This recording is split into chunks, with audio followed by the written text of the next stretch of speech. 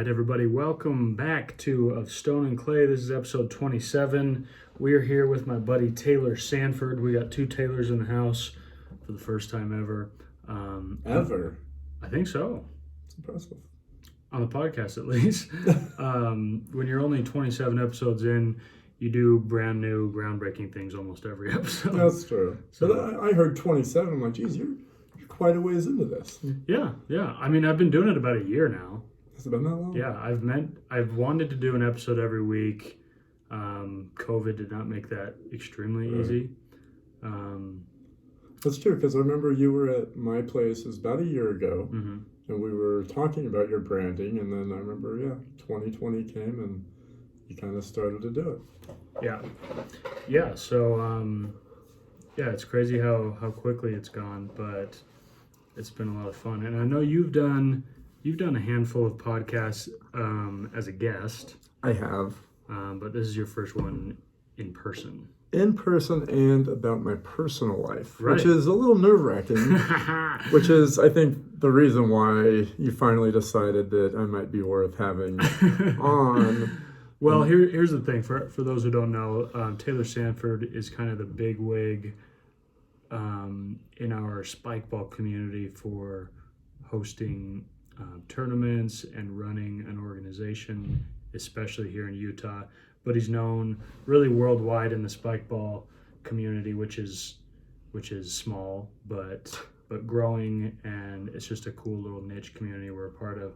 But yeah, I know all the podcasts you've been on, you've been kind of talking about your organization, right, and your spikeball capabilities and your branding and whatnot. But we've been buds because of spikeball, right, and got to know each other well because we see each other, usually 2 times a week, almost every week, for one reason or another. And so I just wanted to do a podcast where, at the end, I'll let you tell people where they can find you if they're interested in that spikeball stuff. But I wanted to get to the nitty gritty, for sure, the personal stuff.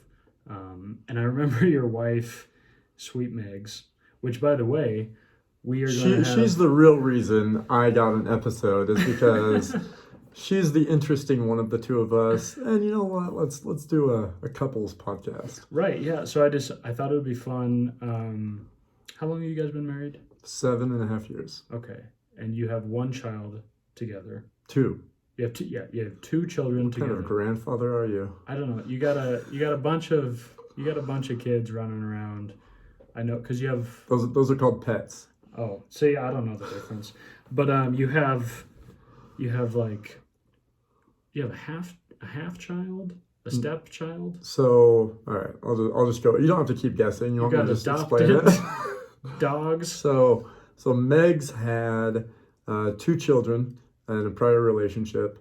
She was in a bad place, and so she put them up for adoption. Mm-hmm. But they're very much still a part of our lives. They have open adoption. Very open adoption. Have sleepovers all the time. Yeah. And then we got married. We have 2 kids together. Phoenix, who just turned 7, and Brooklyn, who just turned 4. I guess I see Phoenix all the time, and I feel like Brooklyn's hiding. She's 4, so she's not quite... Phoenix can come to a tournament and run around and, be pretty independent. All the guys love him. Brooklyn is adorable, but is 4, which equals nightmare. Right. In public, in an open space. And how old are your wife's So they kids? are 13 and 11. Okay, so super different dynamic. Yeah, and then their adopted family, their parents now were able to finally get pregnant and have 2 more. So at any given time, we have 6 children at our house. Okay, and do they kind of treat you as somewhat of a father figure, or are you more like an uncle? The 2 older ones, Megan's actual girls, they kind of do. The dynamic's weird. They do call Megs their mom. Yeah. But they've mentioned a couple times, like, you're kind of like our dad. Mm-hmm. And at first it was kind of weird because it's like, one, I am very proud of my kids and being a father to my own kids. Right. But then also at the same token, I didn't want to be compared to the piece of trash that the birth dad is. Right. And so at first I was like, no, but like at this point, yeah, I mean, I love those girls, and they're great. And so, yeah, I'm, not opposed to them treating me like their birth father. Right, but you don't really do much like disciplinary No, parenting. yeah, no. I mean, if they're at our house, like I would, just like I would, I guess, one of my other nephews. Yeah, yeah. If they're just being, a pain in the butt. But I mean, just like any babysitter would, really. Right. That's cool. So yeah, like I was saying, I wanted to have you on, and then next week's episode, I want to have your wife on, and kind of see if you guys are on the same page. Yeah, we'll see. You're really, I think, just trying to get us to push towards that divorce. Like, please don't ask us some tough questions. I'm going to get in big trouble. See if my powers, if I alone can cause a divorce without really doing anything wrong, without being sketchy and part of some like infidelity. I just would love to see if I have that ability. We'll see. Yeah, we'll see. Okay. So, okay. And you guys both were married previously? No. So she never got married before. Okay. She just got knocked up. Just got knocked up. She had a wild past. I mean, it was with both children were with the same boyfriend who they were on and off for like 4 years. Yeah. Sounds healthy. Yeah, it was real healthy. Yeah. And then I was married previously. For a quick 1 year stint, almost exactly.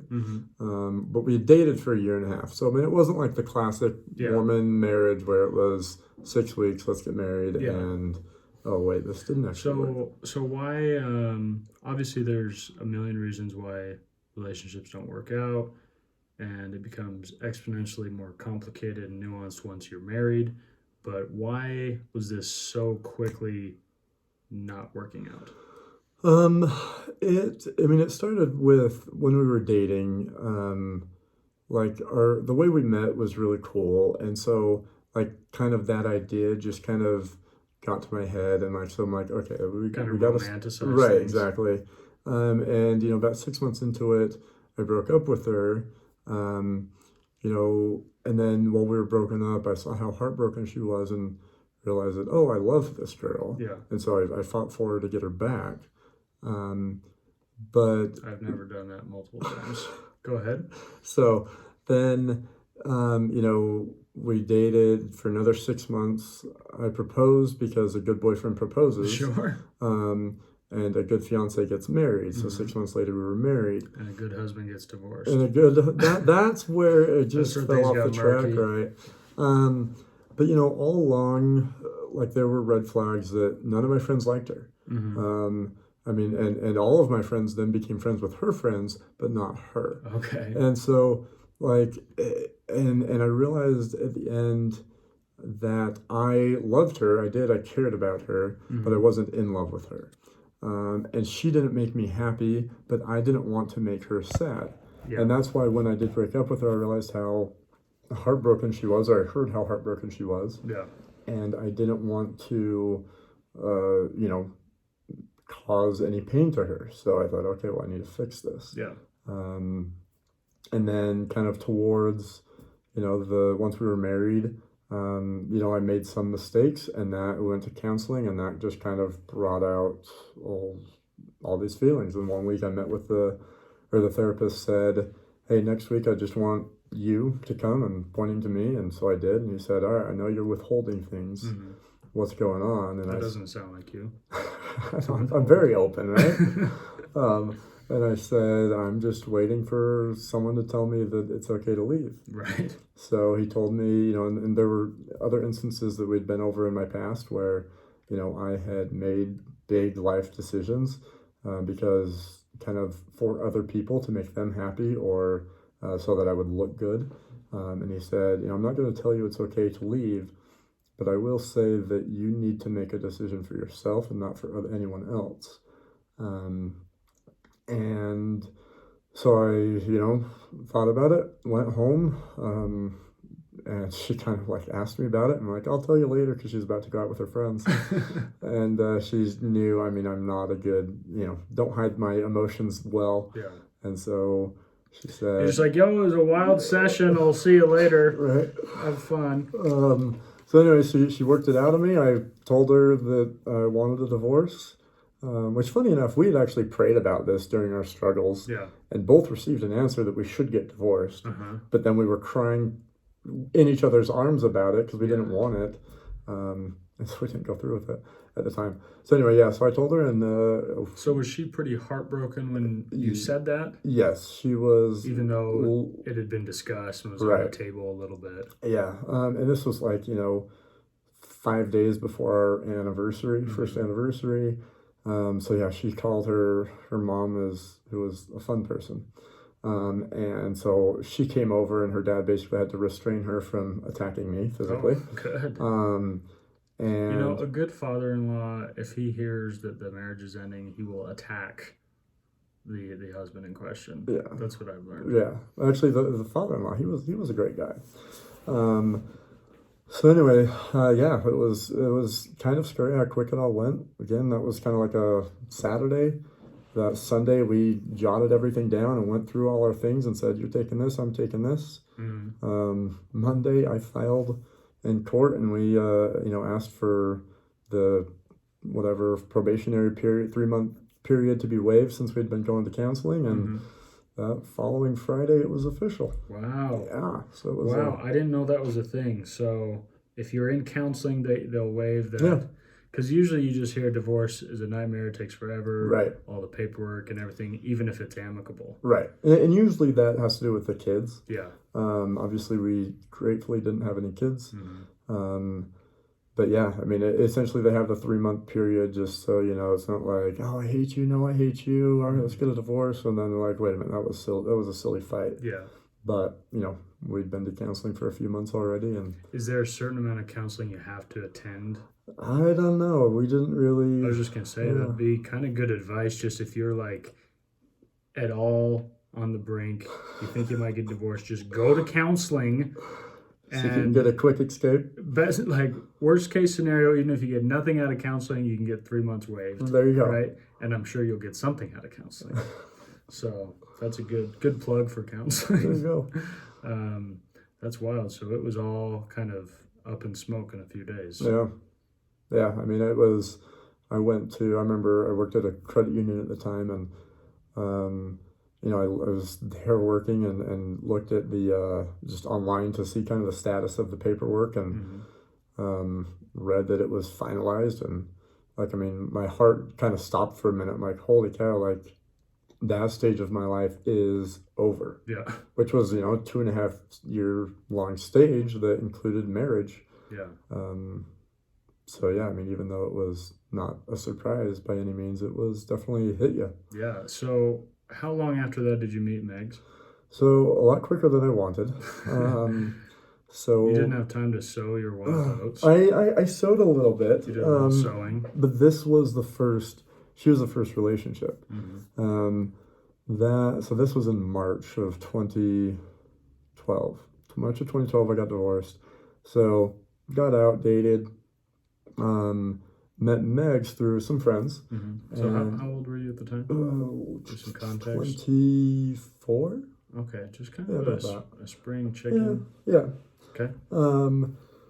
So was dating around, met her through some friends, and a super cool chick, and we'd become good friends. And some of the other guys, tried dating her and whatnot, but she knew I was dating 3 or 4 other girls, and so she was off the market for me because she don't just jump into some guy dating around like that. Yeah. So me and her became good friends for a couple of months, and not being able to ask her out. And then there was one time we were hanging out with a bunch of friends, and she had just hiked Mount Timpanogos the day before with some guy, and they were then cuddling on the couch while we're all there watching a movie, and it hit me. You're in some big weird friend group. Yeah. Okay. Yeah. So there's 12 of us in this living room all hanging out, right? A hippie pit. Yeah. Yeah. Okay. If that's what the kids call it these days, I don't know. I'm 8 years out, so that's what I call it. Nobody else does. So yeah. So and I'd been talking with a buddy who kind of about this, like, hey, I really like her, but I can't, ask her out. And so I saw this, so I was talking with him, and he's like, dude, you just got to do it. Just ask her.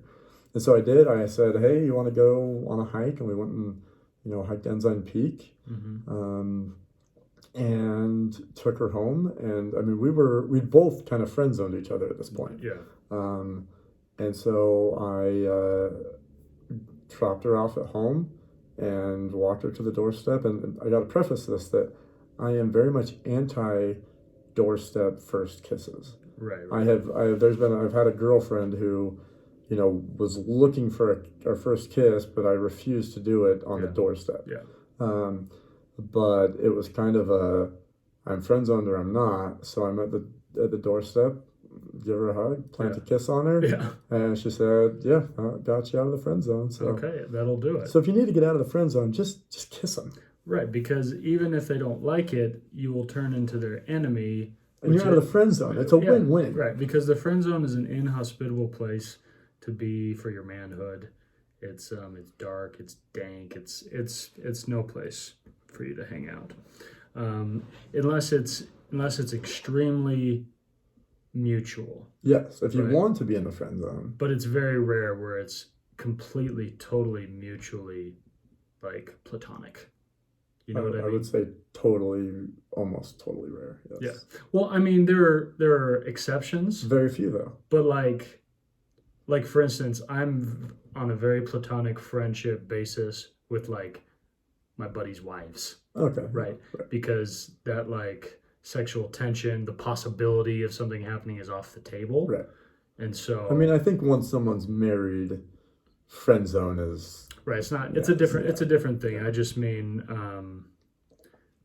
there's few exceptions. There's some girls that like my buddy dated, and they were really serious, so we would never date. Right.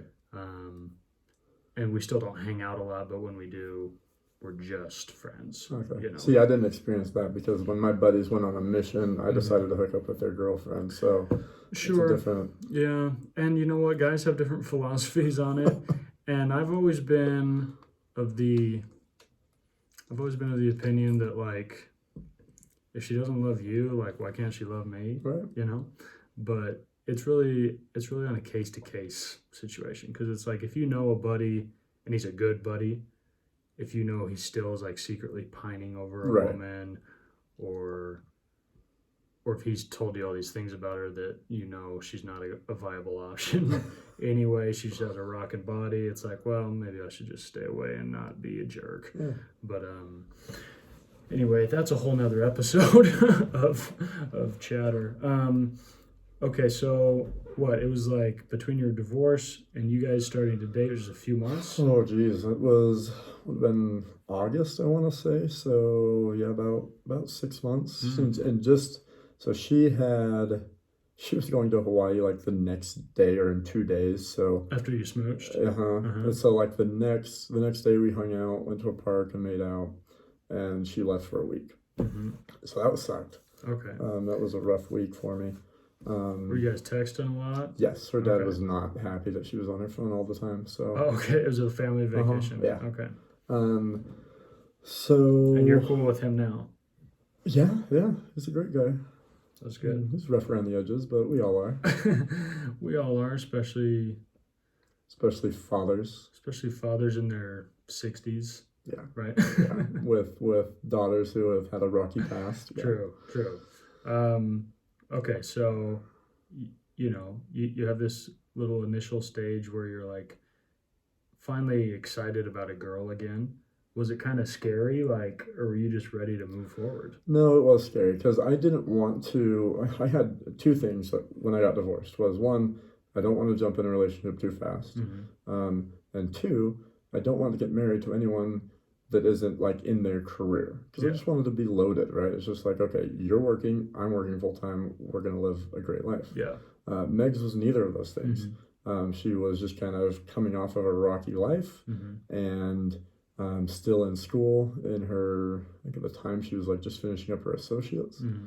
and so, and then I kind of felt forced to go to that next step faster with her because she had a really good guy friend who, he was a mechanic, and so he owned his own shop, and he was like totally in love with her. Oh, so you're like, exactly. I gotta act. Exactly. So, well, and I knew she had friend zoned him, not amicably. But he was taking care of her, but I didn't want to date a girl that some other guy's taking care of. Right. And so, I mean, I basically had to. You don't want him doing the lube oil filter. Yeah. So to speak. So a lot of tough conversations, and kind of got through, and I honestly felt more pressure. One, I mean, I get it, I can move quickly, and she had really opened me up emotionally, which I was totally shut down in the previous relationship. And so I was trying to figure out how to deal with emotions that I've never dealt with before. And so, definitely fell for her faster than I would have expected. But then also just like, okay, I got to get her out of this. I've got to start supporting for her. So, I mean, with her, I proposed in January. So, I mean, we started dating in late August, September. And engaged in January. And then married in June. Okay, wow. So pretty swift. Yeah. And again, for saying that I wanted to wait a couple of years and have someone who was in a career missed those check marks. But. Right. But yeah, I mean, it's funny. I always kind of laugh when people tell me they're like life plans that have, they just sound so certain, but it's like, okay, what happens if something changes? Though? Right. And like, I'm all for being highly, ridiculously ambitious and having crazy goals and stuff. But I mean, when people are like, yeah, when I'm done with college, like I'm going to move to California and probably get married in, I don't know, 5 or 6 years. And it's like, well, hopefully you finish college, right. I'm not sure why you're so certain you're going to move to California. And I don't know how you're going to avoid love for 5 years, or certainly find it in 5 years. Well, I mean, Meg's has wanted to move to California or Hawaii many times during our marriage. I'm like, our life is here. That's not happening. Yeah, and it's just life happens, and you don't realize it happens so quickly sometimes, especially when you're younger. But so let me ask you this: I always hear people when they're like freshly divorced. I hear them talk about, it's usually a bunch of negative vitriol about their ex, right? And I rarely, if ever, hear somebody say, yeah, it just didn't work out because I did X, Y, and Z. Right. And the other thing is, a lot of times it's not wild betrayal or infidelity. It's just like it didn't work, and it probably was never going to work. Right. And maybe you shouldn't have gotten married in the first place, whatever. But I want to know, this many years later, you've had a lot of time to reflect on it. You have a whole new life now. What do you think you did poorly as a husband the first go around? There's been lots of things I've done poorly as a husband, both go arounds for one. Right. But I mean, the first one, there were some not totally unfaithful, but there were some poor decisions on my part. What does that mean? It sounds very gray. It means there was communication with other girls. There was things I should be looking at things I looked at that I shouldn't have been. Some things on the dark web. Yep. some weird corners of the internet that haven't been discovered yet. Well, that you discovered. A lot of them have been discovered. But some things that might require an incognito window. There you go.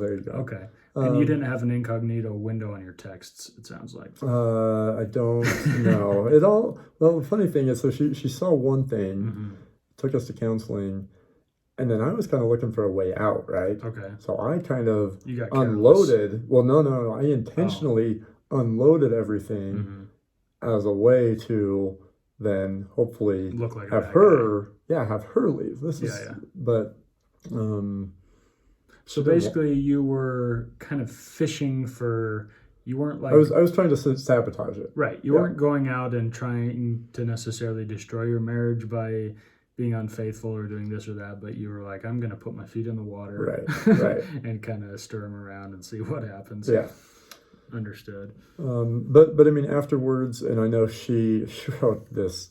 Apparently, I never got the chance to read it. No one would show it to me. But some of my good friends, she sent a big long letter explaining everything that happened, and painted me to be a horrible person. Which I'm happy to take the blame for the relationship failing. Sure. It doesn't hurt me at all to say that.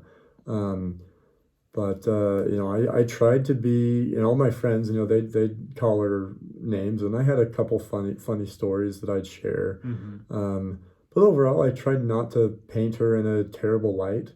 It wouldn't have done anything for me to do that. Yeah. Years later, we have jokes, and there's a few funny things that. Do you communicate with her in any way these days? No, I actually tried. It was while I was dating Megs.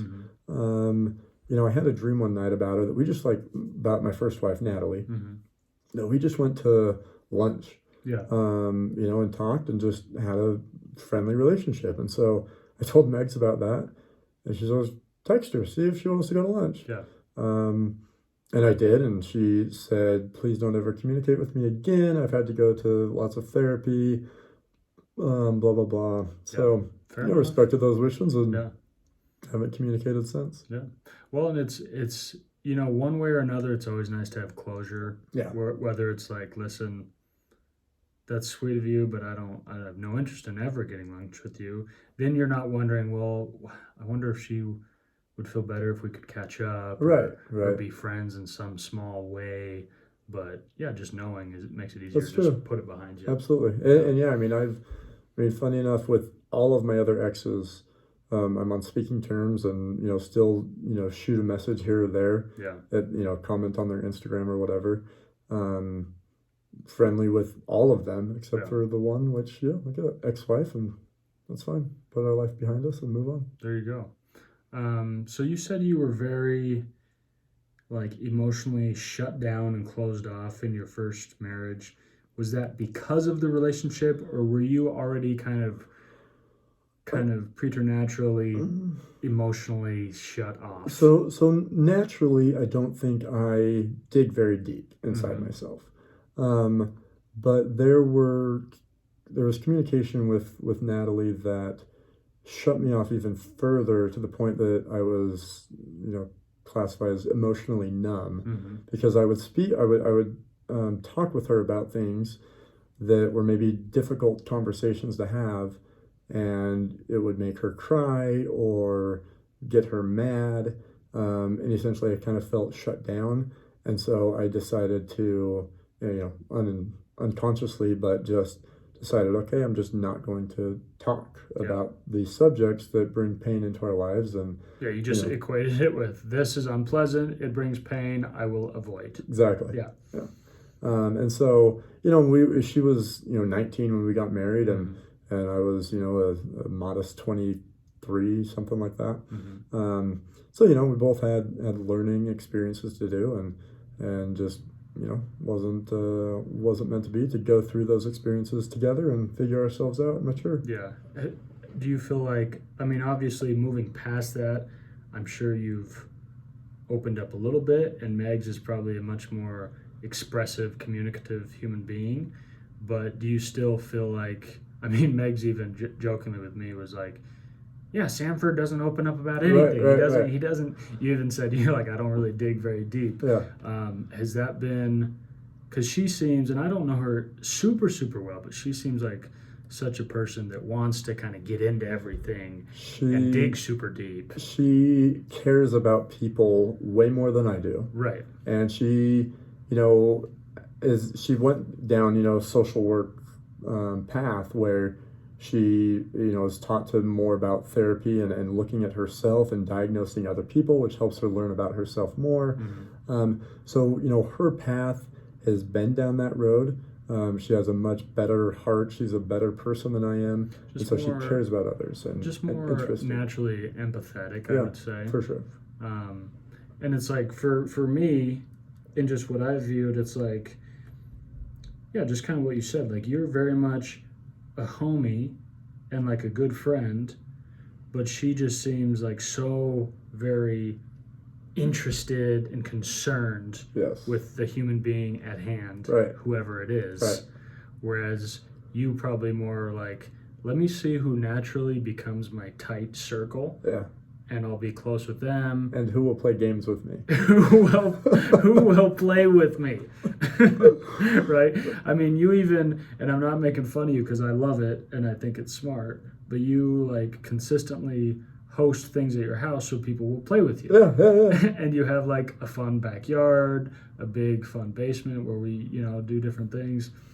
And just basement spike. Let's not make that too yeah, we don't do weird things down there. We just play basement spike. But yeah, she is much more, and a lot of times this is very much just male-female dynamic, right? She is much more interested in the inner, talking, getting, deep about stuff, and you're like, okay, cool, but like, let's play pickleball. Right. Like, yeah, and it's funny because initially, when I met her and we became friends, the reason I became so close with her even before we dated was because I knew about her past, and so I felt like I could trust her to not judge me for any of my past. Yeah. Which, I wasn't hadn't done anything terrible, but in Utah with, a bunch of Mormon friends, like, I was a little bit of the fun Mormon. Yeah.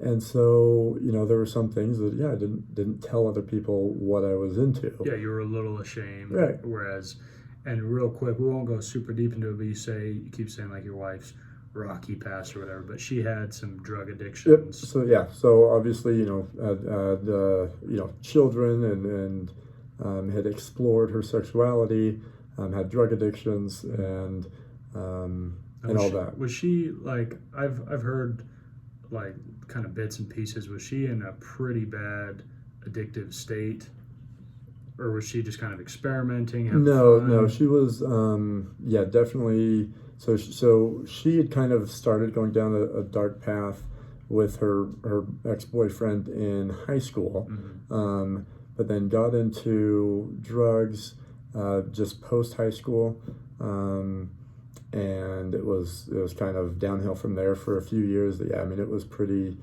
dark. She was actually on an episode on MTV with I can't even DJ AM. Really? Yeah, and so she's got an episode out there that it was she'd been to different treatment centers. Yeah. Was she on meth? Meth. Yeah. Okay. That was her drug of choice. That's a wild drug. Like, not only does it F up like your body, but it F's up your mind. Yeah.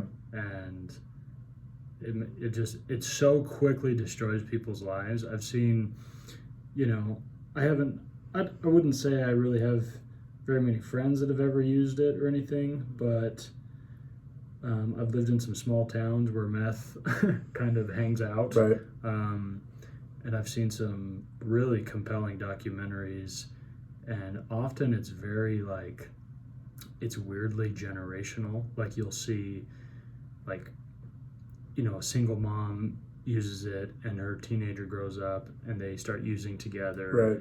And, one of them sells it and the other one goes and picks it up, and it becomes a weird like family business. I'm not saying this has anything to do with Meg's or how she, recreated with her drugs, but it's just such a crazy drug. Yeah. I mean, I went to, when we, were first dating, I went to Cocaine Anonymous CA with her. Met a bunch of great people, but just experienced the same thing where it's, hey, there's the father and daughter that are both here recovering. So how long had she been clean when you guys first started hanging out? It was not as long as I thought it was, actually. I think it was only about 1.5 years. Okay. And so, yeah, and it was crazy, the addict tendencies that she still had. And I was aware of them, but again, I was much more emotionally attached and in love with her than I was my ex-wife. And so, fought through some of those things. But I mean, our first 2 or 3 years of our marriage were very difficult. And honestly, if we hadn't had a kid, we probably would have broken up. Yeah. But, that kind of, pushed us to work extra hard to fight for each other. And you say it was extremely difficult. Why? Just addict tendency, like a lot of lack of communication and immaturity. Mm-hmm. And I mean, not that I was mature by any means. Like, I mean, I was working through how to deal with emotions still. Mm-hmm. And, an addict, it's always, it's someone else's fault. Mm-hmm. And so, until she started going to school and like realizing what like being, and she might hate me for saying this, but I think we're past it.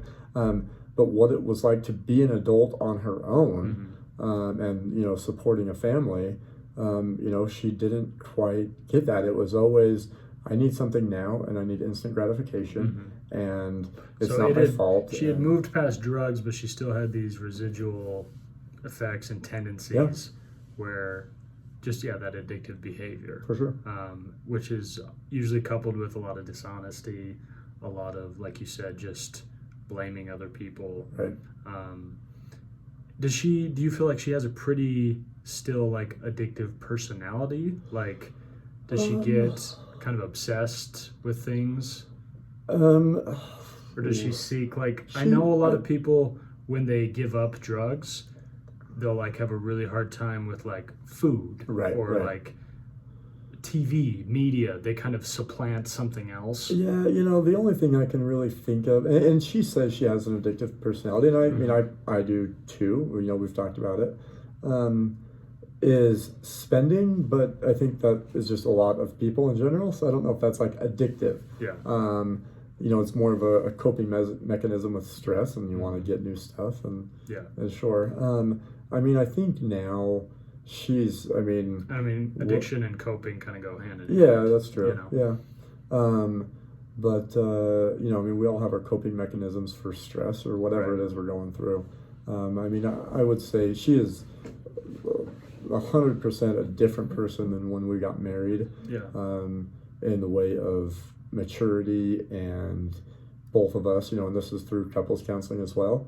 Learning how to communicate with each other, and work through a problem instead of dwelling on the problem. Yeah. And so, I mean, right now I think our relationship's better than it's ever been, and that's with her going through law school, which is a nightmare. Yeah. For both of us. And I think it's really cool that you say, like, right now you feel like you're kind of at the best you've ever been, but it's very recent that you started doing couples therapy, right? Yeah, so we've done a few different sessions through our marriage. Yeah, we've done, I think we even did some prior to our marriage, because I just wanted to do that because I had experienced it the first one. I actually really liked the therapy in my first marriage. So, went to that to start, and then kind of went back in the first year or two of our marriage.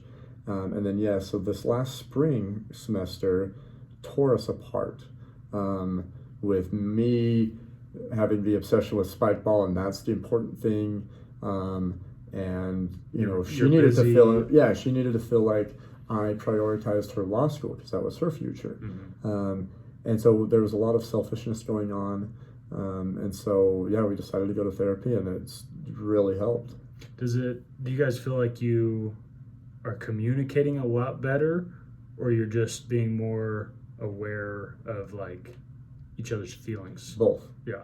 And it comes hand in hand, because now it's about communicating your feelings, which we learned before. Yeah. But it just kind of gotten away from understanding the other person's feelings. It's all about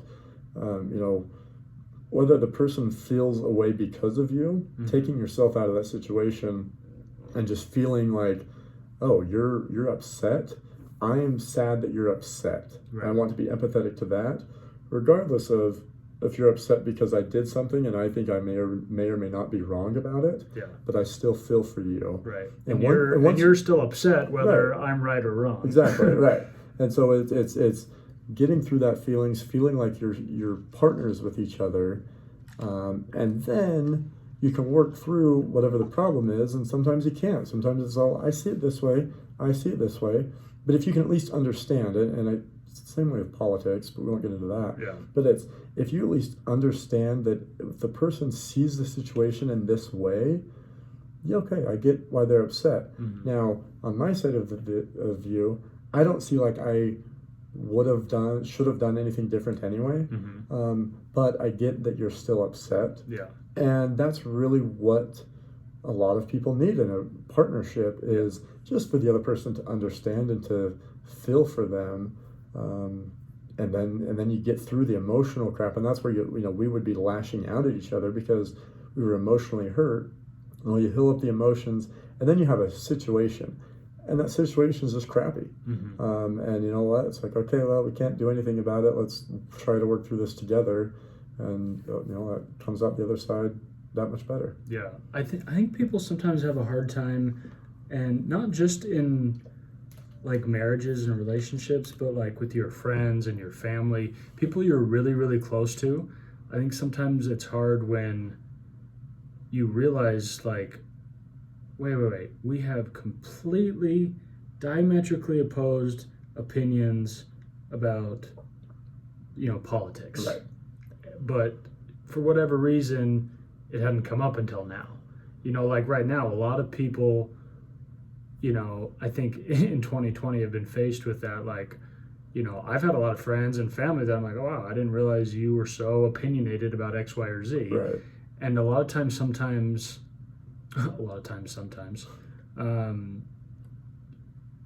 it's hard to kind of deal with, wow, like you don't want to disagree with people you love, right? It's easier to be like, oh, me too.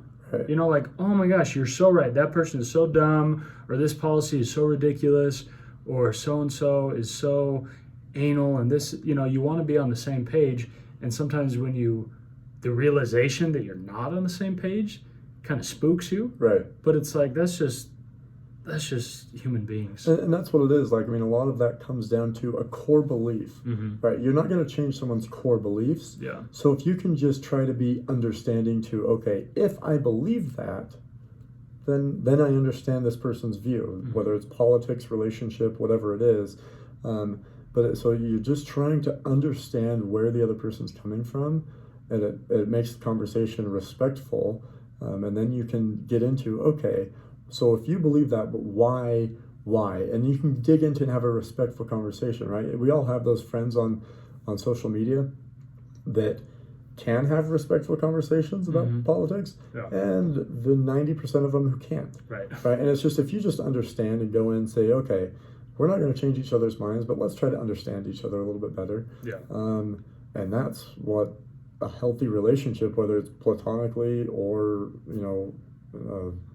what's the opposite? Romantic. Yeah. That's right. Intimate, whatever. Yeah. Whatever it is, it's just trying to understand them. And Megs and I are vastly different people. Yeah. Share very few hobbies, uh-huh. which, game nights with friends is about it. Yeah. And so it's been a learning experience to deal with that.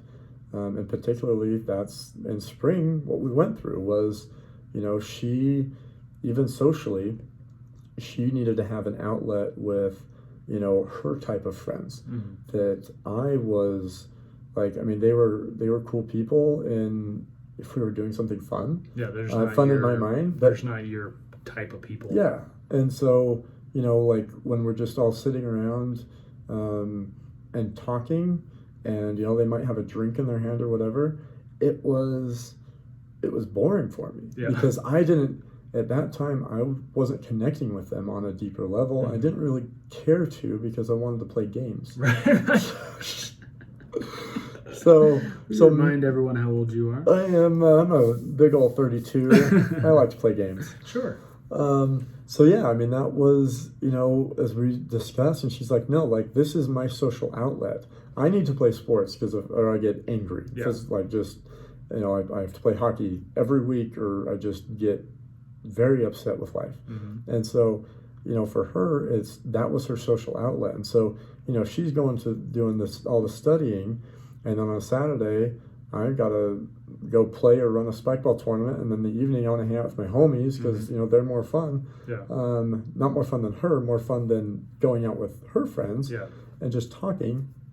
And so she helped me understand that, through the communication and through therapy, realized that no, she needs to hang out with those adult friends because that's the same thing as me playing games. Yeah.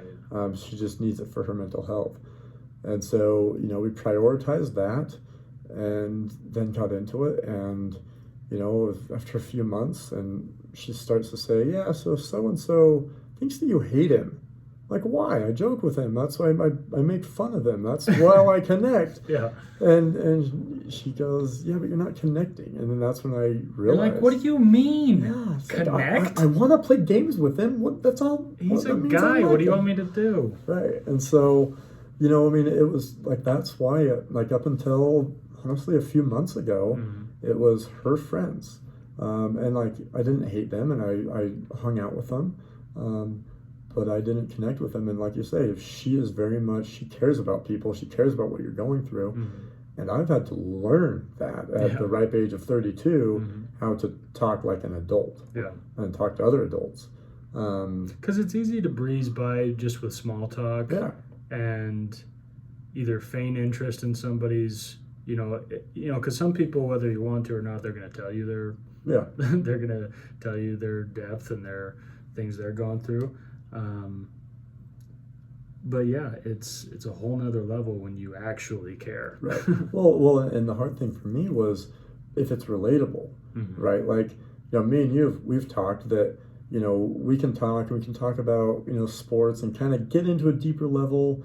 But, if there's a pause in the communication, we can be like, hey, so, insert joke about sports. I always had that to rely on.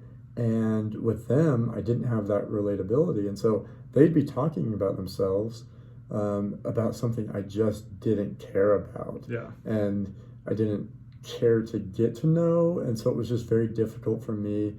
And it brought on, for the first time I realized that I have some social anxiety, which is weird for those who might just only somewhat know me, because I'm up in front of hundreds of people running a tournament.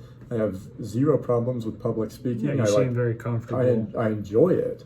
But getting in a more intimate setting, I'm scared to, not know what to say or have a pause in silence. I don't know if you noticed this. So you were over at my place. We were playing pickleball one night.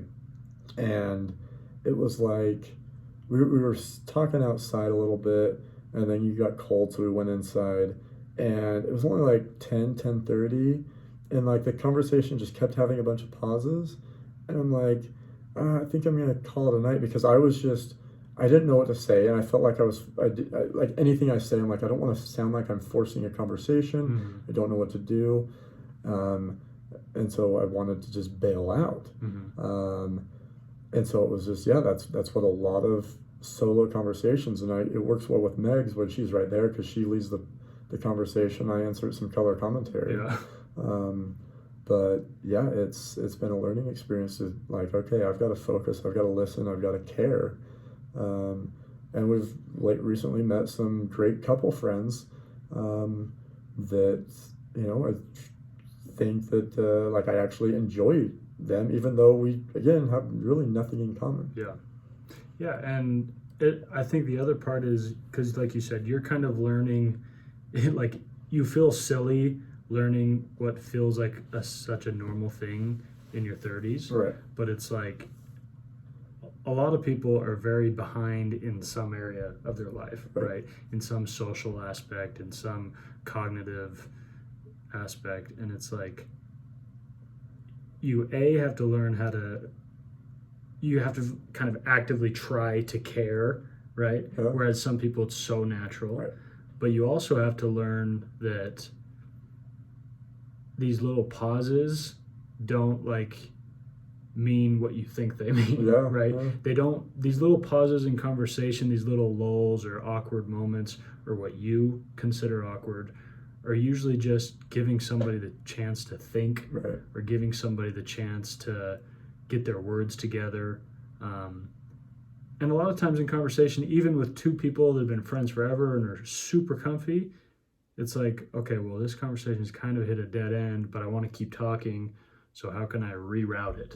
Right. And it doesn't mean, I think some people that have a little bit of that social anxiety, they think, oh, well, so-and-so probably, whoever I'm talking to thinks I'm stupid right now. Or I'm boring. Or I don't care what they're saying. Or like you said. Or they don't care about me. Yeah, or I'm trying too hard to have this unorganic conversation. I'm just like rapidly asking questions that have nothing to do with each other. Right. And some of it is the art of gab, right? Some people are better conversationalists than others. But it's all like anything else, you learn and you can get more comfortable. Well, honestly, like I've learned that skill from you and Creech on road trips. Yeah. And I worked on that with Megs. It's like, because, after X amount of years, you feel like you've run through all the conversation, right? And so we're on dates and we're driving, and either one of us is trying to talk to the other person, or vice versa.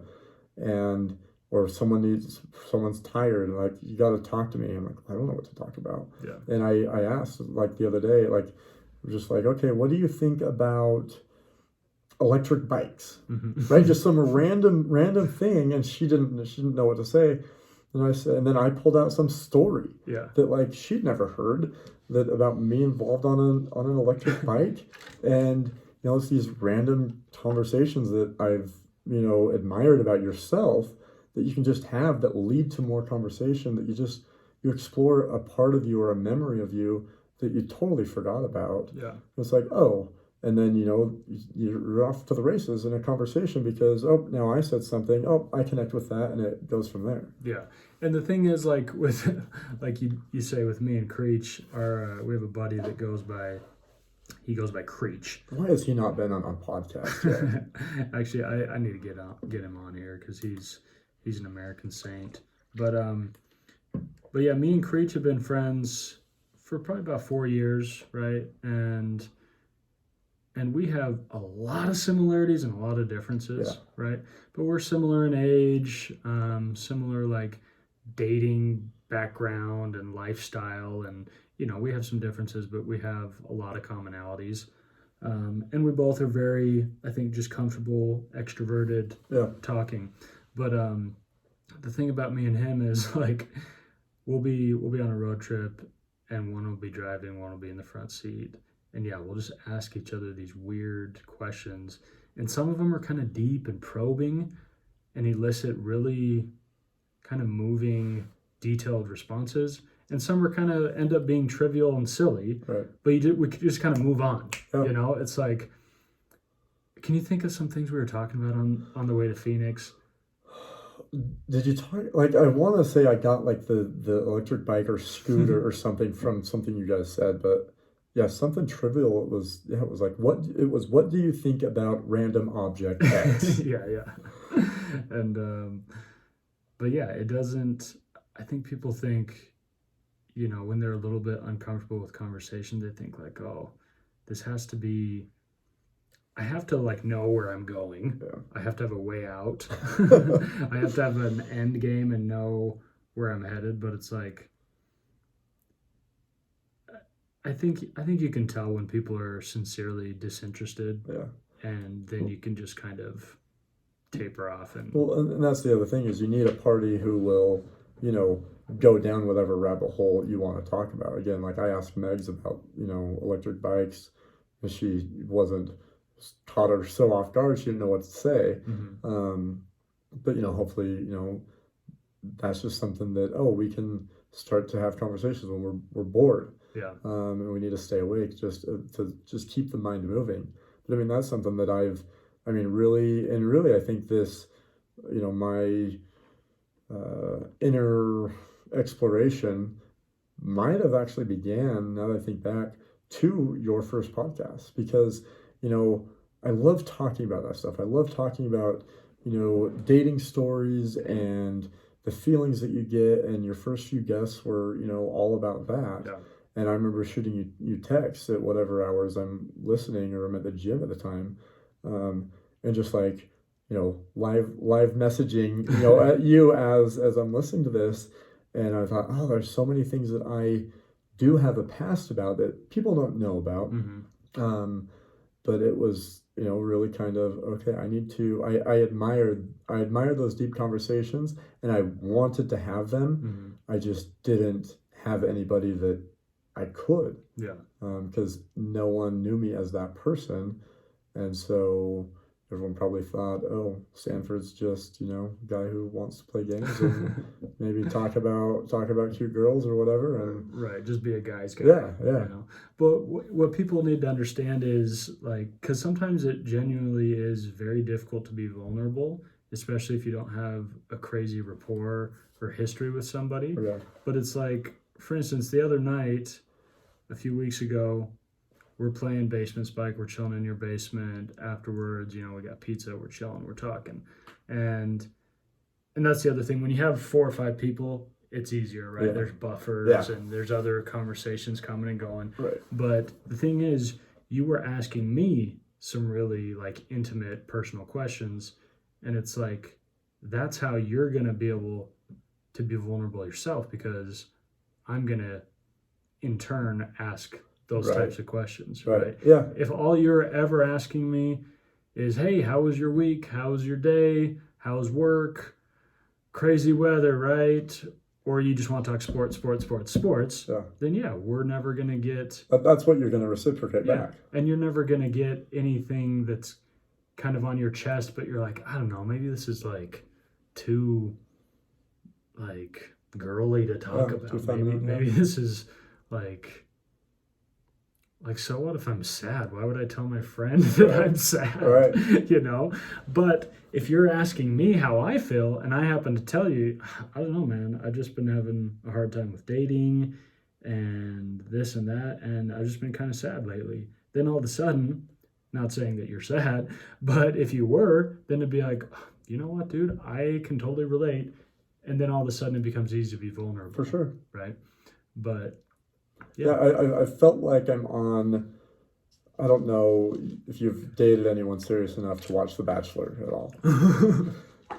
I'll tell you what, I have sporadically watched episodes here and there because some girls absolutely need it. And when I say some girls, I mean most girls.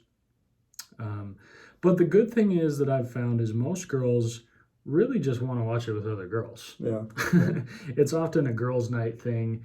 And if anything, my beef with the show is I get more dates canceled because of it's girls' night and we're watching The Bachelor. And I'm like, dude, I'll come. They won't let you? They just don't. Here's the thing. It's usually like my date probably wouldn't mind, but she doesn't want to be the one girl that brings a guy. And they're like, oh, I thought we were doing girls' night. And girls have a very interesting outlook on girls' night. Just tell them, you know what, my hair's better than yours anyway. I fit in. That'll work in certain circles. But the thing about girls' night that really kind of grinds my gears is, and listen, I get it, I guess. Because a lot of times, and I know some girls aren't going to want to hear this, but a lot of times girls have a lot more difficulty in getting and maintaining friendships, right? And that's a whole nother topic. We won't get into it. But for me, when I'm having a quote-unquote guys' night, and we've talked about this briefly, I think, because it's like we have these game nights or whatever at your place where it's usually just a bunch of homies, right? But for me, if some girl I'm interested in texts me while I'm en route or while I'm there and invites me to something, see ya, I'm out. And I expect my homies to do the same, and I expect there to be no love lost. But with girls, like if you abandon girls' night, it's a betrayal. Right. It's a darkness, and it's just interesting to me. And I guess part of it is probably because like I feel like girls' night, quote unquote, is more rare. Like it happens once every 2 weeks or once every month or something. Whereas like quote unquote guys' night, like you're single, we go hang out. And, if you're single, like guys' night is every single night.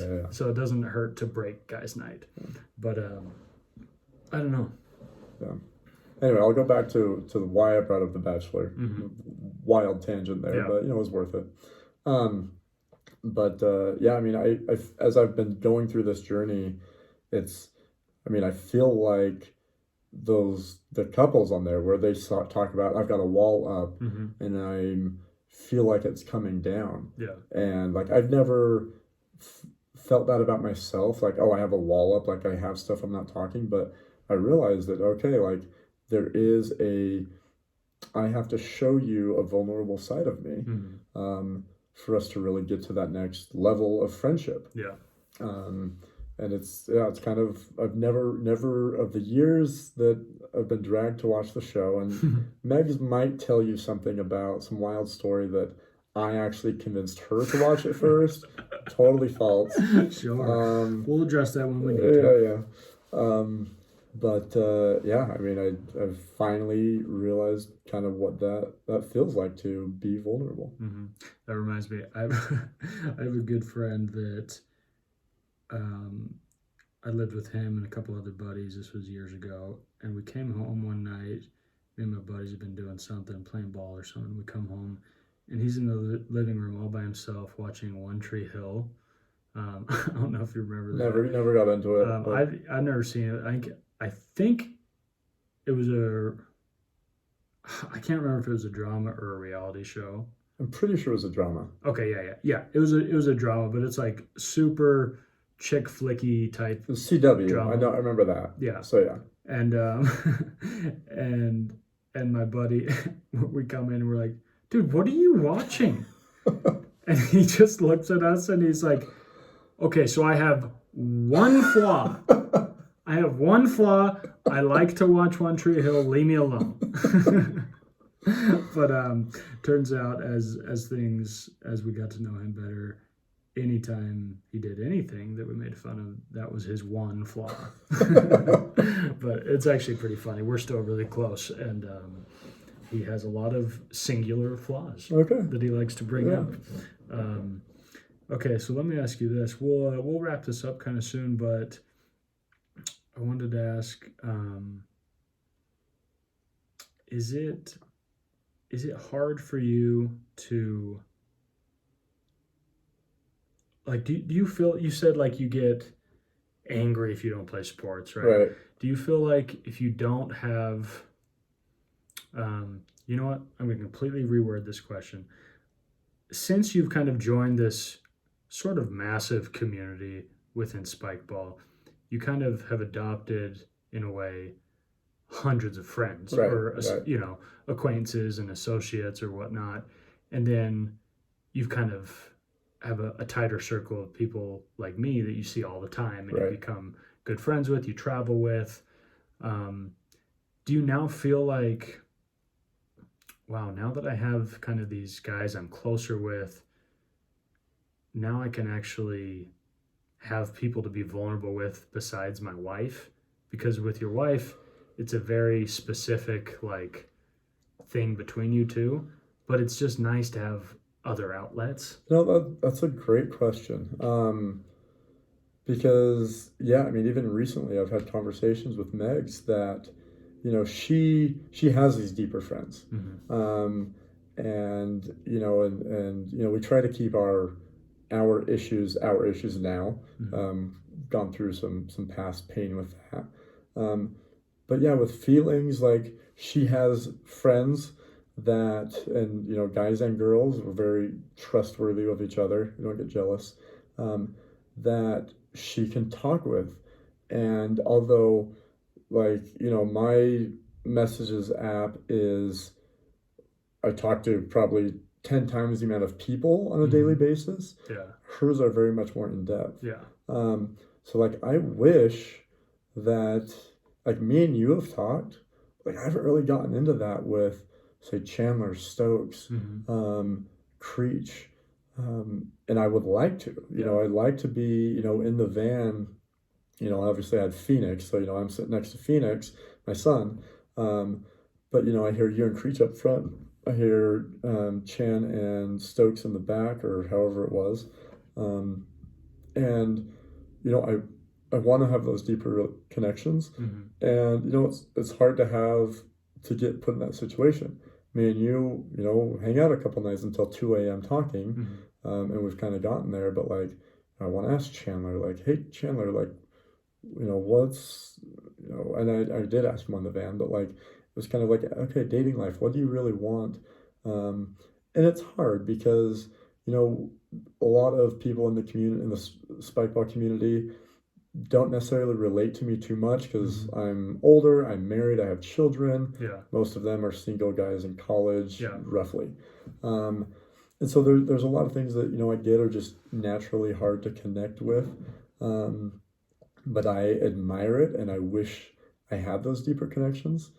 People I could kind of vent to just about, my life and feelings. And, like I say, there's a couple friends that, Megs and I have gotten closer with as of late that, I have kind of opened up that door because, we're newer friends with each other. And so it's easier to get out of the friend zone with them, right? Yeah, it's like, okay, we're not stuck in spikeball mode that I run spikeball, and that's how you see me.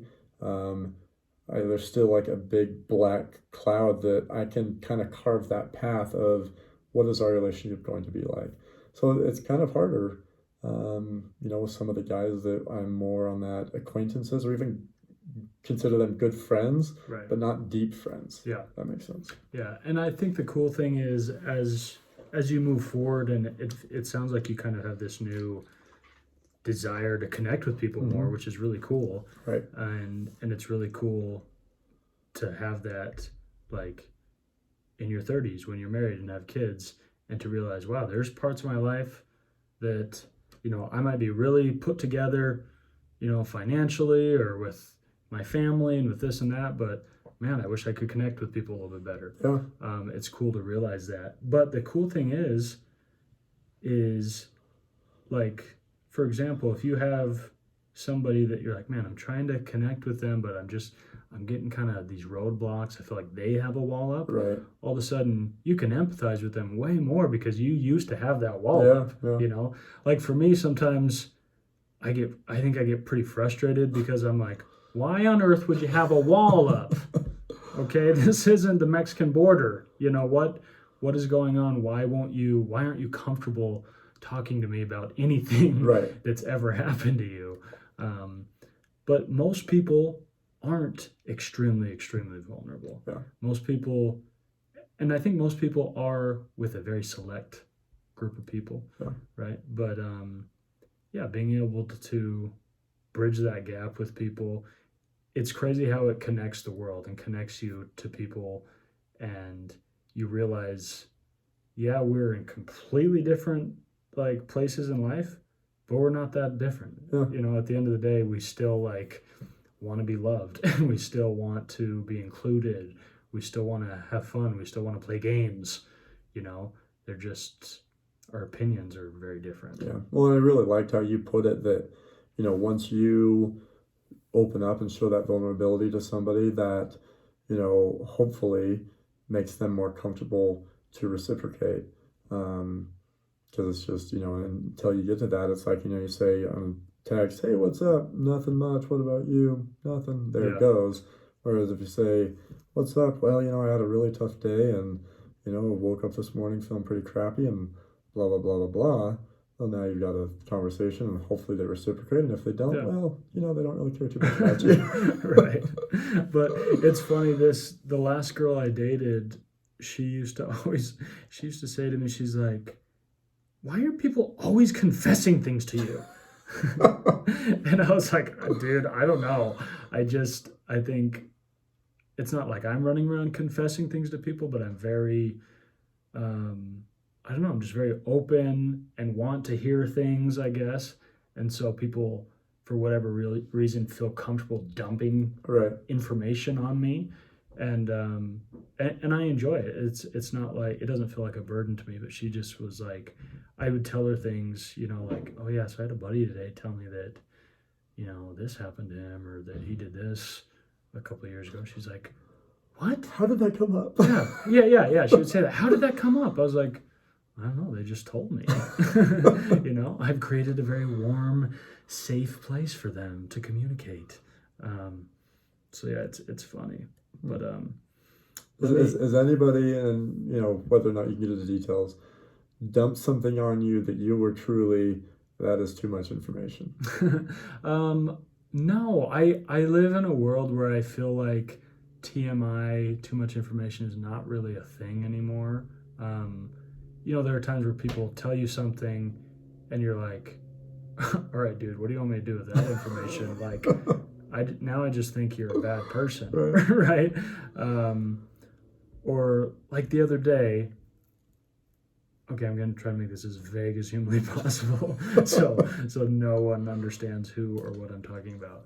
But I was with some people, and somebody kind of brought up this rumor, and it was a pretty exposing, like, if it's true, it's a pretty exposing rumor and potentially very hurtful to all people involved, and would be very hurtful if everybody found out. Right. But it was said so, like, nonchalantly, like, it wasn't like, okay, now don't say anything, but this is what I heard. It was just like, oh yeah, so I heard that blah blah blah blah, and I'm just like, oh my gosh, like, have a little bit of that is not a lighthearted subject, right? Let's have a little bit of discretion and maybe not say it to such a scattered group of people, but it's like when it's one-on-one and somebody feels like they want to tell you something, like, I don't know, man. I've heard some wild things, but I rarely feel like, oh gosh, keep that to yourself. Right. Because I don't know. I also am just not easily shocked. Yeah. I've seen a lot of things, I heard a lot of things, and I've dated girls that have gone through absolute terrible trauma with abuse or, be it physical or sexual, from family members, from all sorts of things. And it's all heinous and it's hard to hear, and it's ugly and it's dark. But when you hear it, it connects you to that person. Yeah, right? Yeah. I mean, it's their life, and it's not like, oh, I don't want to hear that. It's okay. What have you gone through now? Yeah, and you understand them on a deeper level, even if they're not telling you all the feelings associated with an event.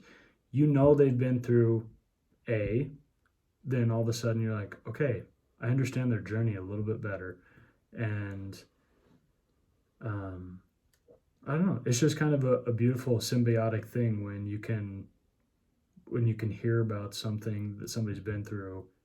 And they don't trust everyone. They don't tell everyone. Right.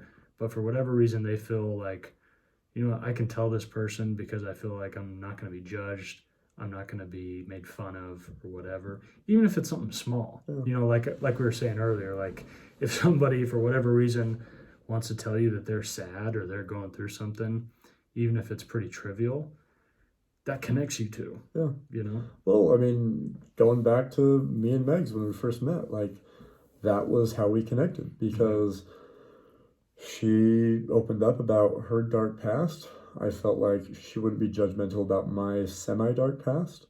And we became really good friends because of that. Yeah. And then she was a babe, so I wanted to date her too. Yeah, of course. That's great. Let me ask you this. Obviously, there's a lot of things you've worked through and are working on right now. What would you say is like the number one thing you could improve on as a husband, as a partner? Okay. So this is a deep, long question. You could have a podcast episode with Megs about this one question. Right, how can I improve? And I won't charge you for this. Well, because I think it's probably going to do us harm than good. But, the overall thing would be just be conscious about her. And there's so much that as adults and as parents we each could fill our 24-hour day with our own journey, and not share or not think about the other person, not help the other person's journey, not include them. Right. Yeah. And so oftentimes I get stuck in that, and I'm putting together, well, I got to do this 2021 spike ball schedule, and babe, look what I designed today. And she's thinking at me like, okay, cool. Why is your food on the counter right now? or, simple things like I just got a puppy, and, it's like, why is your puppy not in your room? Your puppy is out here, and now I have to bring him to you, and I have to study for a final. Yeah. And it's all these little things that, if I could just think a little bit more about, okay, do I need to do this right now? Or how could I help Megs with what she's going through? And again, whether that's doing the dishes, whether that's making her food, which I think this week, by the way, I've done a stellar job at. Besides last night, I left 2 meals out on the counter. I don't know how that happened. Right. But I have made her multiple meals, done all the dishes. And, when the kids haven't been having a sleepover at their grandparents, putting them to bed. And these but things, overall, these things mean a ton to her. Oh, yes, these acts of service. She is in law school finals right now. Right. Which normally it's not as big of a deal. But yes, this last 2 weeks, I have been trying to put an extra concerted effort into it. And the last 2 days, I kind of felt down about myself. And I was just exhausted from it. So I think I slacked a little bit. But overall, and that's, why last spring was so rough, because I'm thinking, well, I've got all this stuff to do. And then COVID hits and my life is in shambles because I have no sports. I have no social life. I have hundreds of hours of wasted planning that I've done. Yeah. And that's what I'm focused on. And she's saying, I need you to take care of the house and the kids so I can focus on law school. And I need to go, hang out with some friends because I have no life right now and I need some outlet. And I need to do a better job at thinking of that. And, and I kind of think, okay, her tasks, I do all my tasks and I don't generally ask for her help and I can get everything done. But then I leave out all the shared responsibilities to her because I could do my tasks and, I think she can do hers, but we have a shared life. Right. And we just need to, focus on each other a little more. So, it's hard to not go through and you're living your life and she's living her life. And sometimes you intersect. Right. You sleep in the same room. You have your romantic life. You have your things here and there that you share, but you're so fixated on your own goals and your own life, right? Is that kind of what you feel like in each therapy session? It just comes up again and again and again, these same... No, in fact, the last couple sessions, we've cut early because, it's been cool. Well, you guys, you kind of figure this out yourself. And so, I mean, that's good that we're able to have these conversations for the most part on our own outside of therapy. It means we're learning and doing better at it. But, there's always things that we forget. If we're both stressed, that's when it's, hopefully at any given time, one person's stressed, the other person's in a place that they can comfort that person. Well, if we're both stressed and then we're expecting, each other to help us, but neither of us can because we can't even control our own lives. Right. And now you're on edge. Yeah. And that's where the lashing out comes. But I mean, it's hopefully one of us at any given time can calm down, say, hey, let's work on this together. Let's get through this together. And before we say stuff that we're going to regret. Right. Absolutely. All right. To wrap up, let me ask you to flip the script. And you have one question to ask me. Okay. So the other week I asked my question and you kind of bailed out of the answer, honestly. But so I thought about how I can do it better. Okay. So I asked you, what situations do you feel vulnerable or uncomfortable in? And you didn't really have an answer because you feel comfortable in pretty much any situation you put yourself in. So I think that's the key is you have such a vast social life and you have different circles of people that you're with. And I think you can put yourself in a comfortable situation wherever you want to go. Yeah. So the question then, the revised question, is if you weren't totally in control of that, what would make you vulnerable? And I'll put it in better context. I think it was your episode with Spen that you guys talked about that you don't like having deal breakers, right? Yeah. Okay. So you don't have deal breakers. If someone's perfect, but they have one big flaw, you're going to work through that. Sure. So what situation could a potential mate put you in that you would be like, oh, I really don't want to do that, but I'm going to have to work through it anyway?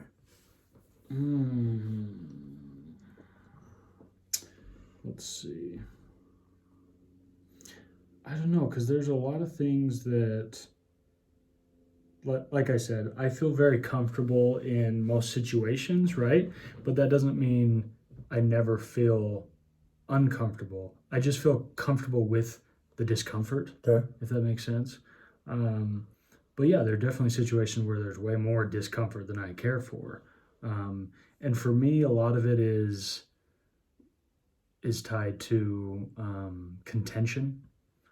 I am just like, I mean, like I can get riled up or whatever with sports or a debate or whatever, but for the most part, I don't want to be arguing a lot, and I don't want to be, rehashing the same thing again and again and again, and I get uncomfortable. I don't feel awkward or whatever, but I get a feeling of discomfort when I feel like somebody doesn't, we're disagreeing so much or we're fighting so much. I feel like, how can this person like me? Right. And furthermore, why would someone not like me? And listen, I'm not obtuse. I know there are legions of people out there that probably don't like me or probably wouldn't like me if they met me. But for the most part, I do a good job of avoiding those people. Right. And I'm pretty friendly with everyone around me that I need to be. And I do a good job of including people into my life. And so I don't feel like I am the type of person that has enemies or has a bunch of haters or whatever. But yeah, when I'm especially with somebody I love or care about, if there's all sorts of little points of contention, it's very hurtful for me. Because I want to make people happy. I want to be happy myself. And I don't know if I'm answering your question. Somewhat, yeah. I mean, contention makes you uncomfortable, vulnerable. So, I mean, we don't have to discuss this now, but maybe an internal thought is in relationships where contention comes up, and I don't know these situations, but yeah, I mean, how do you deal with that? Is that what has, caused relationships to terminate? Yeah. Or, I mean, yeah, how comfortable are you to have a yelling match with a partner? Right. Well, because that happens. Right. Well, I'll answer it right now. It won't happen. It'll be one person yelling at me and me saying, "Okay, do you want to calm down now? Do you want to talk later? Okay, if you're gonna be irrational, I'm gonna go get some lunch. We can chat later." Like, I just don't do it. Right. Okay. I don't engage in like highly emotional conversations that are not going anywhere. Like, it's like, I don't want to misconstrue that, like, and say, like, if a girl is crying or something, I'm gonna be like, see ya, not dealing with that, because I have no problem with that. Like, I'm an emotional person myself. It doesn't bother me. But if somebody's like yelling and screaming and like saying things that I know they don't mean, I'm gonna let them. What if again? So imagine you're married, and your wife it's little pet peeves. It's, why did you not clean up your blah blah blah blah blah? Why do you not do this? Why do you not do that? That especially everyone goes through in the first few years of marriage. Yeah. And I guess it's kind of debates like that. Yeah. Well, to me, I don't have a problem with like a snippy little accusation. It's like, okay, let's, for example, say, listen, I've been guilty of not loving to do dishes, right? I'll often kind of soak them, kind of put a little water on them, and it's, there's some excessive soaking, and I guess one of my pet peeves is having it be like a law that right after you eat, you do your dishes. Like, can I do them later? But to me, it's about communication. It's like, okay, you want the dishes done the second the meal is over. I would be happy doing them in 2 or 3 days. Both are probably a little bit unrealistic, right? And let's see, okay, I'm bugged by your way of doing things. You're bugged by my way of doing things. And I should try to be mature enough to say, okay, she's probably bugged way more than I am, right? Like I don't like doing it right after I eat, but maybe I can do a small compromise and say, hey, I promise within an hour after I eat, I'll do the dishes. The dishes will be done before I come to bed. But I don't love being harangued about it right when I feel like the last bite is still in my mouth, you know? And this is completely hypothetical because I am not married and nobody tells me to do the dishes, right? But I've had roommates that are like, will send you texts like, hey, is that your dish in the sink? I'm like, I don't know, maybe. If it bugs you, clean it. If it doesn't bug you, I'll get to it. You know, like to me, it's not a big deal. Sure. But people have things that, like you said, people have pet peeves that drive them up the wall. Right. But if you don't communicate that and it's just snipping at each other, you're just going to be pissed at each other. Sure. And so I'm happy to take a snip on the chin and try to get to the root of the problem. Okay. Good. Right. And if it's like, if it comes down to like, and I'm happy asking these questions like, hey, listen, are you just bugged that I'm kind of a messy person? And if she's like, well, yeah, I'm like, okay, well, let me just educate you. I've always been kind of a messy person. I will probably always be a little bit messier than you, but I can make an effort to be less messy. Right. You know? And likewise, you will always be an organized, tidy person.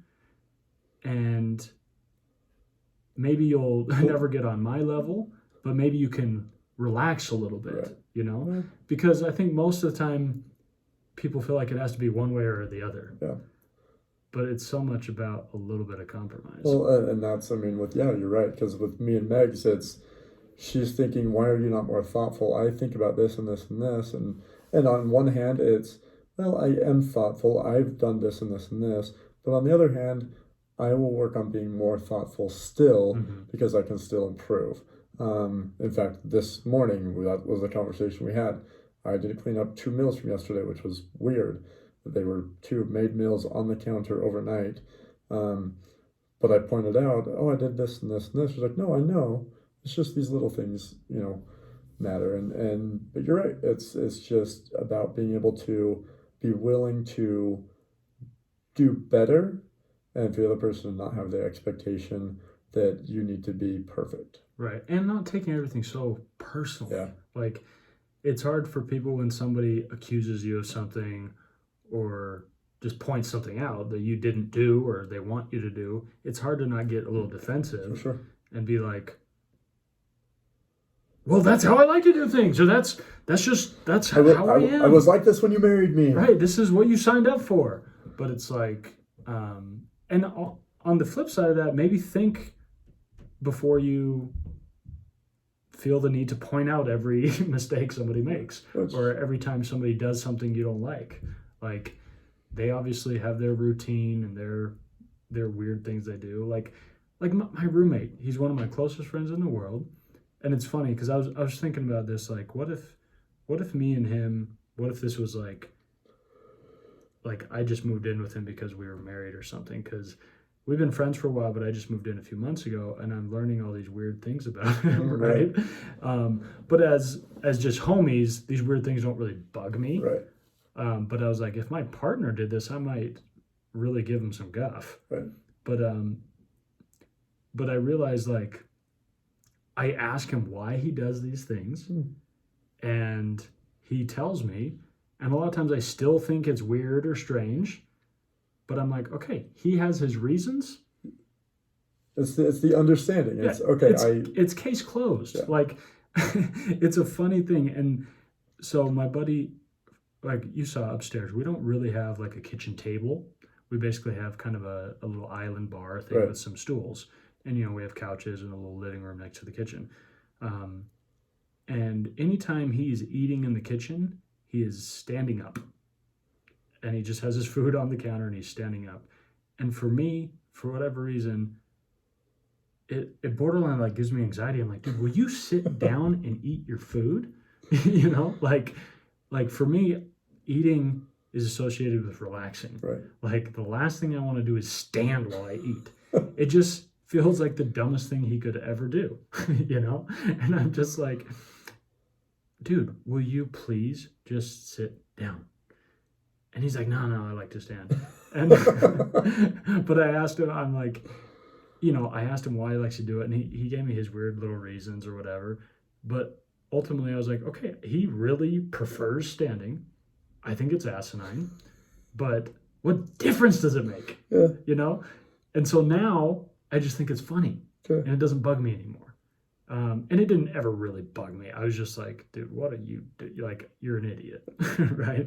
But now I just tease him, and like almost every time I see him eating, I'll act like I don't know, and I'll just be like, oh, dude, here, grab a seat. Or I'll be like, oh, dude, feel free to just sit down and relax. And he, in turn, just is like, oh, you know what? I actually think I'll just stand today. And it just becomes kind of a funny little inside joke. But it's so easy to view little mannerisms and eccentricities that people have and be like, oh, you're such an idiot. Well, and at some point, you just have to give up on it. Megs eats food on the couch, and I hate crumbs on the couch because I have to vacuum it. She won't vacuum it. I have to vacuum it. Yeah. And she goes, well, then you should have bought a tray. Hence the puzzle tray. Yeah. But yeah, I eat food at the table or counter. Yeah. And that's how I eat. And I've told her, and every time she sits down on the couch, I'm like, oh, hope you're going to vacuum that afterwards. And she doesn't, and we move on. Well, it's just funny because you feel like most things you do, you're like, listen, this is the right way to do things. Like, I've been doing this for decades. I promise you this is the right way to do it. But there's a lot of things in life that there's not a right or wrong way. There's just what you're comfortable and used to doing. Yeah. But anyways, let's wrap this up. I appreciate you coming on. Like I said before, this is a good time to stop because it's starting to get echoey. I noticed that when I was talking last year. Yeah, I don't know why it does that. Anyways, if you want to learn a little bit more about Taylor Sanford and what he does with spike ball, his kind of journey with that, feel free to check him out on his social media. All the spike ball stuff, you can find it at Utah Roundnet on Instagram, utahroundnet.com, and then within that you can find his personal stuff. Yep. His personal page. But Sanford, you're a good man. You too. Thanks for coming on. And please check out our other episodes. We're available on Spotify, Apple Music. We are super backloaded on YouTube. I need to upload a bunch of the episodes. But they should be all available there soon. And feel free to check out the Instagram of Stone and Clay podcast. And tell a friend to listen to the podcast. Okay, appreciate you guys. And hopefully next week... I won't be divorced. Sanford will still have a wife. We will see. We'll see if she listens to this episode before she's on. That's true. We really should have you...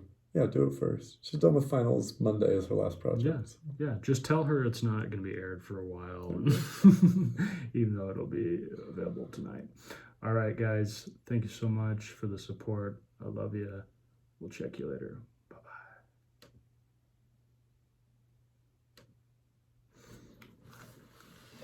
All righty.